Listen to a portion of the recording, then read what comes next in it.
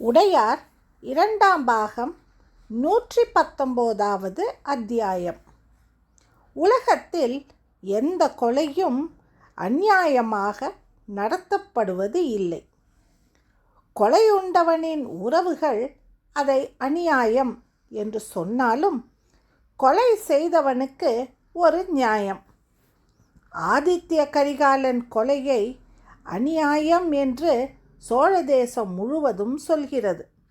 ஆனால் பாண்டிய தேசத்தில் போய் நின்று கேள், ஆதித்ய கரிகாலன் அநியாயத்தை நெஞ்சில் அடித்து கொண்டு அழுகிறார்கள். ஒப்பாரியாய் பாடுகிறார்கள். ஓடி ஓடி வந்தானையா, ஒளிந்து ஒளிந்து வந்தானையா, காட்டுக்குள்ளே இரத்தவாசம் தேடி வரும் நரியைப் போல நாடி நாடி வந்தானையா, 4 திக்கும் அலைந்தானையா என்று இழிவாக ஆதித்ய கரிகாலன் பற்றி பாடுகிறார்கள். கலங்கி கிடந்தாரு எங்க ஊரு மன்னவரு, தூங்கி கிடந்தாரு கலங்கண்ட பாண்டியரு, விடியல் நேரம் கட்டில் சுத்தி வேட்டை நாய் போல நின்றுவிட்டு 4 பக்கமும் கத்தி வச்சு நம்மவரை எழுப்பினா, சோழ தேச காட்டுப்புலி கட்டில் உருட்டி கத்தின என்று பாடினார்கள். அந்த பாட்டை கேட்டால், அழுகையோடு அவர்கள் குரலை கேட்டால், நம்முடைய ஆதித்ய கரிகாலர் செய்தது தவறோ என்றுதான் தோன்றுகிறது. நான் ஆதித்ய கரிகாலரை எதிர்த்தும் பேசவில்லை, ஆதரித்தும் பேசவில்லை. ஆதித்ய கரிகாலருக்கு வீரபாண்டியரை கொன்றது ஒரு நியாயம் என்றால், வீரபாண்டியனின் ஆபத்துதவி படைகள் ஆதித்ய கரிகாலனை கொன்றதும் ஒரு விதத்தில் நியாயம். அதுபோல ராஜேந்திர சோழருக்கு கம்மாளர்களுக்கு உதவி செய்ய ஏதோ ஒரு நியாயம் கிடைத்திருக்கிறது. அதை மறுக்க எங்களுக்கும் ஒரு நியாயம் இருக்கிறது. எங்கள் நியாயத்தை நாங்கள் எப்படி சொல்வோம் என்று தெரியாது. ராஜேந்திர சோழன் உங்களுக்கு எது கொடுப்பதையும் நாங்கள் தடுக்கவில்லை. ஒரே ஒரு விஷயத்தை நீங்கள் கேட்கவும் கூடாது, கேட்டு கிடைத்தால் ஏற்றுக்கொள்ளவும் கூடாது என்று சொல்லத்தான் விரும்புகின்றோம். சோழ தேசத்தின் வெவ்வேறு கிராமத்திலிருந்து வேதம் படித்த அந்தணர்கள், சிவாகமம் தெரிந்த சிவாச்சாரியர்கள் ஒன்று கூடி குடந்தை கம்மாள தலைவர்களிடம் பேசினார்கள். கம்மாளர்கள் கை கட்டி அந்தணர்களுக்கு எதிரே அமைதியாய் நின்று கொண்டிருந்தார்கள். யார் இதை ஆரம்பித்தது என்று எங்களுக்கு தெரியவில்லை. இந்த ஆசை உங்களுக்குள் ஏன் இருக்கிறது என்று புரியவில்லை. முப்பரி நூல் நீங்கள் அணிய வேண்டிய அவசியம் என்ன? யார் உங்களுக்கு முப்பரி நூல் அணிய வேண்டும் என்ற எண்ணத்தை ஏற்படுத்தியது? நீங்கள் வீடு எப்படி வேண்டுமானாலும் கட்டிக்கொள்ளுங்கள், எங்கு வேண்டுமானாலும் செருப்பு போட்டு கொள்ளுங்கள், தலைப்பாகையோ தோள்கவசமோ உடைவாளோ கேயூரமோ எது வேண்டுமானாலும் அணிந்து கொள்ளுங்கள், முத்து மாலையும் வைர கடுக்கனுமாய் வளைய வாருங்கள், எங்களுக்கு எந்த ஆட்சேபனையும் இல்லை. ஆனால் முப்புரி நூல் என்பது அந்தணர்களுக்கே உண்டான ஒரு அணிகலன், அதை நீங்கள் அணிவதை நாங்கள் விரும்பவில்லை என்று உரத்த குரலில் சொல்ல, அங்கிருந்த இளைஞன் முன் வந்தான். உங்கள் விருப்பம் பற்றி எங்களுக்கு எந்த அக்கறையும் இல்லை. நாங்கள் தேவாங்கர் குலம், தெய்வீக பிராமணாள் என்பது எங்களுடைய மூதாதையர் எங்களுக்கு சொல்லிக் கொடுத்த வசனம். தேவசாஸ்திரம் எத்தனை உயர்ந்ததோ அத்தனை உயர்வு சிற்பசாஸ்திரம், அத்தனை உயர்வு உலோகத்தில் செய்கின்ற கருமார் வித்தை, இதையெல்லாம் விட உயர்வு மானத்தை மறைக்கின்ற உடைகளை நாங்கள் செய்வது. இல்லையெனில் அந்த விலங்குகளுக்கும் நமக்கும் எந்த வித்தியாசமும் இல்லை. விலங்கிலிருந்து மாறுபாடாக காட்சியளிப்பது எப்படி எனில், நாங்கள் நெய்கின்ற துணியால். இந்த நெசவு தொழில் எங்களுக்கு கடவுள் அருளால் கொடுக்கப்பட்டது. மனிதர்களின் மானத்தை காக்க நாங்கள் தொழில் செய்கின்றோம். எனவே எங்கள் தொழில் தேவ தொழில். நாங்கள் தெய்வீக பிராமணர்கள் என்று உரக்க சொல்ல கம்மாளர் கூட்டம் கைத்தட்டியது. அந்தணர்கள் மௌனமாக இருந்தார்கள். கடைசியாக என்ன சொல்கிறீர்கள்? அந்தண தலைவர்கள் உரக்க கேட்டார்கள். எங்கள் கோரிக்கைகளில் முதன்மையானது முப்பரி நூல் அணிவது, பிறகுதான் மற்றதெல்லாம், அந்த இளைஞன் உரக்க சொன்னான். வயதில் நீ இளைஞனாக இருக்கிறாய், அதனால்தான் துடுக்குத்தனமாக பேசுகிறாய். உன்னை சார்ந்த பெரியோர்கள் மௌனமாக இருக்க நீ முன் வந்து பேசுவது தகாது. எங்களில் இளைஞர்கள் இருக்கிறார்கள், யாரேனும் வாய் திறக்கிறார்களா? ஒரு அந்தணர் அதட்டினார். உங்கள் குல ஒழுக்கம் பற்றி எனக்கு எந்த அக்கறையும் இல்லை. ஆனால் எங்களில் உள்ள பெரியவர்கள் உங்களிடம் பேச அச்சப்படுகின்றார்கள், உங்களை பெரிதாக கொண்டாடுகின்றார்கள். இளைஞர்களான நாங்கள் அந்தணர்களாகிய உங்களை ஒருபோதும் பெரியவர்களாக முக்கியமானவர்களாக நினைக்கவில்லை. நீங்கள் இல்லாமலும் எங்களால் வாழ முடியும். நீங்கள் காலங்காலமாய் எங்களை ஏமாற்றிக் கொண்டிருக்கிறீர்கள் என்பது எங்கள் கருத்து. எனவே எதுவும் பேசாமல் வழக்கம்போல் அண்டி பிழைக்கின்ற உங்கள் வேலையை பாருங்கள். அவன் சீரலாய் பேச பல இளைஞர்கள் வாய்விட்டு சிரித்தார்கள். அந்தணர்கள் கூட்டத்திலிருந்து வேகமாக ஒரு இளைஞன் வந்து அந்த கருமார் இளைஞனை பலார் என்று அறைந்தான். கருமார் இளைஞன் துள்ளி எழுந்து அத்தனை இளைஞர்களையும் முஷ்டியால் தாக்கினான். வெகு வேகமாய் ஒரு துவந்த யுத்தம் அங்கு நடந்தது. இரண்டு பக்கமுள்ள பெரியவர்களும் அவர்களை பாய்ந்து வேகமாக பிரித்து விட்டார்கள். எங்கள் பெரியவர்களுக்கு முன்னால் கை ஆட்டி பேசுகிறாயா? உன் குலத்தை நான் அழிப்பேன், அழிக்கும் வரை நான் சிகை முடியேன். ஒரு அந்தணன் உரக்க கை உயர்த்தி சப்தமிட்டான். பேசிக்கொண்டிருக்கும் பொழுது கை நீட்டுகிறாயே, அதிகார திமிர்தானே, ஆணவம்தானே?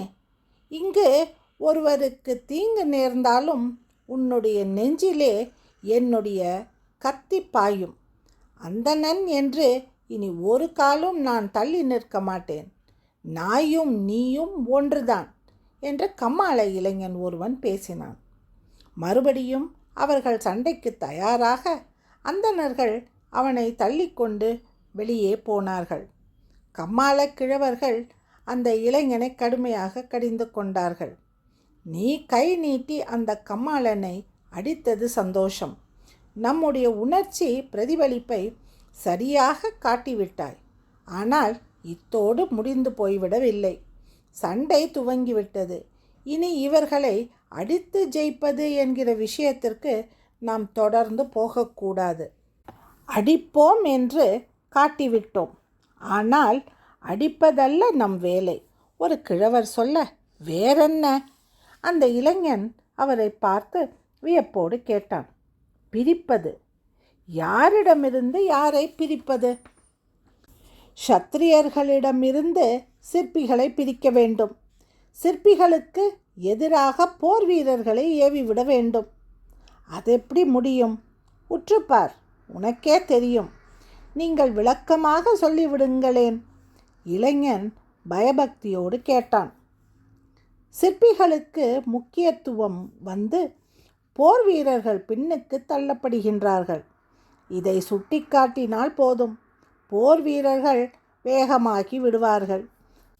சரியானபடி ஊதிவிட்டால் போதும், அடிதடி ரகளை நன்கு நடக்கும். நீயும் கம்மாளனும் கட்டி புரண்டு சண்டை போட்டீர்கள். வெகு சுலபமாக கம்மாளன் ஜெயிப்பான் என்பது எனக்கு தெரிந்துவிட்டது. ஆகவே நீ அவனோடு மோதுவதை இத்தோடு விட்டுவிடு. அவனோடு மோத நாம் ஆட்களை தயார் செய்வோம். சத்திரியர்களை ஏற்பாடு செய்வோம். மறவர்களை ஊக்குவிப்போம். அவர்களை மெல்ல பேசி தூண்டுவோம். அவர்களை விட்டு கம்மாளர்களின் முதுகெலும்பை முறிக்க செய்வோம். பூனலையா கேட்கிறாய்? குடலை உருவி மார்பில் போடுகிறேன், போட்டுக்கொள் என்று காவி பல் தெரிய அந்தணர் சிரித்தார். மற்றவர்களும் சிரித்தார்கள். அவர்கள் சிரிப்பில் குரூரம் இருந்தது. அப்பாவி போல் இருந்த ஒரே ஒரு அந்தணன் மட்டும் கேட்டான், அரசர் கோயில் வேலையை ஆரம்பித்திருக்கின்றாரே, இந்த நேரத்தில் இது தேவைதானா? கோயில் வேலை முக்கியம் இல்லையா? சட்டென்று அத்தனை அந்தணர்களும் நின்றார்கள். பின்னால் நடந்து வந்தவனை திரும்பி பார்த்தார்கள். இல்லை, கோயில் முக்கியமில்லை, குலம் முக்கியம். அந்தணர் குலம் முக்கியம். அந்தணர் குலம் இருந்தால்தான் கோயில் இருக்கிறது. கோயில் மட்டும் இருந்து என்ன புண்ணியம் என்று பதிலுக்கு கேட்டார்கள். அந்த 40 வயது அந்தணன் மெல்ல வாயடைத்து போனான். நிமிர்ந்து அவர்களை பார்த்து சரி என்று சொன்னான். அந்த அந்தணன் மூலம் பிரம்மராயரின் ஒற்றனான வைஷ்ணவதாசனுக்கு இந்த விஷயம் போய் வைஷ்ணவதாசன் மூலமாக பிரம்மராயரையும் அன்று மாலையே சென்று அடைந்து விட்டது. கம்மாளர்களில் ஒரு கிழவனாரை பிரம்மராயர் பெரும் காசு கொடுத்து விலைக்கு வாங்கினார். என்ன நடந்தது என்று கேட்டார். அந்த கிழவன் விவரித்தான். அந்தணரோடு கட்டி புரண்டு சண்டை போடுகிறாயா? அவரை கொல்ல வாள் உருவுகிறாயா? அத்தனை திமிராகிவிட்டதா? அந்தணரை கொன்று விடுவாயா? அந்த பழிபாவங்கள் வேறு நம் குலத்திற்கு வர வேண்டுமா? அவன் நம்மை நாசம் செய்துவிட்டு போவான் என்று சத்தியம் செய்திருக்கிறானே. எனக்கு வயிறு கலங்கிவிட்டதடா பாவி, ஏன் இப்படி வம்புக்கு போகிறாய்? அந்த கிழவர் உரக்க கத்த அந்த கருமார் இளைஞன் பாய்ந்து அந்த கிழவரை தாக்கினான். மறுபடியும் அங்கு கலவரம் மூண்டது. உன்னை போன்ற அடிமைகளால் தான் நம்முடைய குலம் நசிந்து கொண்டிருக்கிறது. இன்னொரு முறை அந்தணருக்கு ஆதரவாக எவரேனும் இங்கு பேசினால் இந்த கம்மாள பூமியில் நீங்கள் இரத்தம் சிந்த வேண்டியிருக்கும். கூசாமல் உங்களை உலைக்களத்தில் இழுத்து அடித்து போடுவேன் என்று அவன் உரக்க சொன்னான். அந்த அந்தண இளைஞன் சொல்வதற்கு பயப்படுகிறீர்களா? அவனை பெரிய சத்தியசந்தன் என்று கருதுகிறீர்களா? தேவரடியார்கள் பின்னால் ஓடுகின்ற நாய் அவன். அவன் யார் என்று எனக்கு தெரியும். இதோ உங்கள் முன்பு நான் சபதம் செய்கின்றேன். இந்த கம்மாள பூமியில் ஒரு உயிர் அநியாயமாக பறிக்கப்பட்டால் நான் 3 அந்தணர்களை பழிவாங்குவேன். ஒரு உயிருக்கு 3 உயிர்களை பழிக்கொள்வேன். இது நான் தினமும் வேலை செய்யும் நெருப்பு மீது ஆணை என்று ஓங்கி பூமியில் உலக்களத்தில் உள்ள கரியை வழித்து எடுத்து தன் நெற்றியில் பூசிக்கொண்டான். பூணல் அணியும் உரிமை கிடைக்கும் வரை நான் திருமணம் செய்ய மாட்டேன், இல்லறத்தில் ஈடுபட மாட்டேன், தட்டில் சோறு தின்ன மாட்டேன், குவளையில் நீர் குடிக்க மாட்டேன் என்று வானம் பார்த்து உரக்க சொன்னான். பிறகு எப்படி எப்படி உண்பாய்? அவனுடைய தகப்பன் வியப்போடு கேட்டான். கையில்தான் நீர் மொண்டு குடிப்பேன். எந்த வகை பெண்ணோடும் சிறிதளவும் மன உறவு கூட வைத்து கொள்ள மாட்டேன் என்று சொன்னான். அவனை காதலித்த பெண் கதறிக்கொண்டு வீட்டிற்குள் ஓடினாள். நெஞ்சில் அடித்து கொண்டு அழுதாள். அந்த ஊரை ஒரு சோகம் பற்றி கொண்டது. கிழவன் விவரம் சொல்ல பிரம்மராயருக்கு கோபம் வந்தது. பிரம்மராயர் கவலையானார். அருள்மொழி பட்டனுக்கு ஆள் அனுப்பினார். நடுநிசி தாண்டி தன்னை சந்திக்கும்படி அரசர் அழைத்ததாக ஒருவர் சொல்ல பிரம்மராயர் சரி என்று சொன்னார். அருள்மொழி பட்டன் சிறுதேர் ஓட்ட பின்னால் நின்றபடி பெருந்தச்சன் வீடு நோக்கி போனார். வாயர் காப்போனை கதவு தட்டி எழுப்ப சொன்னார். பெருந்தச்சர் தூக்க கலக்கத்தில் எழுந்து வர உடம்பை சுற்றி துணி போர்த்தியபடி தோட்டத்துக்கு நடுவே மூவரும் உட்கார்ந்து கொண்டார்கள். அந்தணர்கள் போர் வீரர்களை சிற்பிகளுக்கு எதிராக தூண்டிவிடப் போகிறார்கள் என்று ஒரு தகவல் பெருந்தச்சருக்கு சொல்லப்பட்டது. அரசர் கட்டுகின்ற கோயில் வேலைக்கு இடைஞ்சலாக ஏகப்பட்ட விஷயங்கள் நடந்து கொண்டிருக்கின்றன. எனவே சிற்பிகள் எவரோடும் கலக்காமல், எது பற்றியும் பேசாமல், மிக மௌனமாக தங்கள் வேலையை செய்து கொண்டிருக்க வேண்டும். இது மிக தெளிவாக எல்லா சிற்பிகளுக்கும் சொல்லப்பட வேண்டும். கல் தூக்க அடிமை வீரர்களை மட்டுமே உபயோகப்படுத்துவார்கள். சோழ வீரர்களை சிற்பிகளுக்கு அருகே கூட பிரம்மராயர் அனுப்ப மாட்டார். எனவே அடிமை வீரர்களை உற்சாகப்படுத்தி அவர்களுக்கு நல்ல உணவு கொடுத்து அவர்களோடு இதமாக பேசி சிற்பிகள் பழக வேண்டும். அவ்விதமான உத்தரவுகள் பெருந்தச்சர் பிறப்பிக்க வேண்டும். பெருந்தச்சரும் மிக கவனமாக இருக்க வேண்டும். எப்பொழுதும் காவலாட்களுடன் இருக்க வேண்டும். அரசருக்கு உண்டான ஆபத்துதவிகள் 6 பேர் பெருந்தச்சர் காவலுக்காக அனுப்பப்படுவார்கள். பகல் இரவு என்று அவர்களே வேலையை பகிர்ந்து கொள்வார்கள். ஆபத்துதவிகளை தவிர வேறு எந்த சோழ வீரர்களோடும் எந்தவித சம்பாஷணையும் வைத்து கொள்ள வேண்டாம் என்று அவருக்கு சொல்லப்பட்டது. சரி என்று பெருந்தச்சர் கவலையோடு சொன்னார். எப்பேற்பட்ட வேலை நடக்கிறது? யாருக்காவது தெரிகிறதா? உலகமே வியக்கின்ற ஒரு மகத்தான வேலையில் அரசர் ஈடுபட்டிருக்கின்றாரே, இது யாருக்காவது தெரிகிறதா? எத்தனை விதமான தொந்தரவுகள் கொடுக்கின்றார்கள் ஐயா! இது அடுக்குமா? இந்த சோழ தேசம் உருப்படுமா? என்ன வெற்றி பெற்றுவிட்டோம்? யாரிடமிருந்து வெற்றி பெற்றுவிட்டோம்? சாளுக்கியர்களையும் ஜெயித்தால் போதுமா? நம்மிடமிருந்து நம்மை யார் காப்பாற்றுவது? நமக்குள்ளேயே ஏற்பட்டிருக்கின்ற பிரிவினையை எவர் போக்குவது? இது எங்கு போய் முடியும் என்று தெரியவில்லையே. ராஜேந்திர சோழர் சற்று மௌனமாக இருந்திருக்கலாம். எல்லாவற்றுக்கும் காரணம் ராஜேந்திர சோழர்தான். இன்னும் விளையாட்டு பிள்ளையாகவே விவரம் அறியாத இளைஞனாக இருக்கின்றார். அவர்தான் எல்லா சண்டைக்கும் காரணம். உரத்த குரலில் பெருந்தச்சர் பேச, சற்று மௌனமாக இருக்கின்றீர்களா?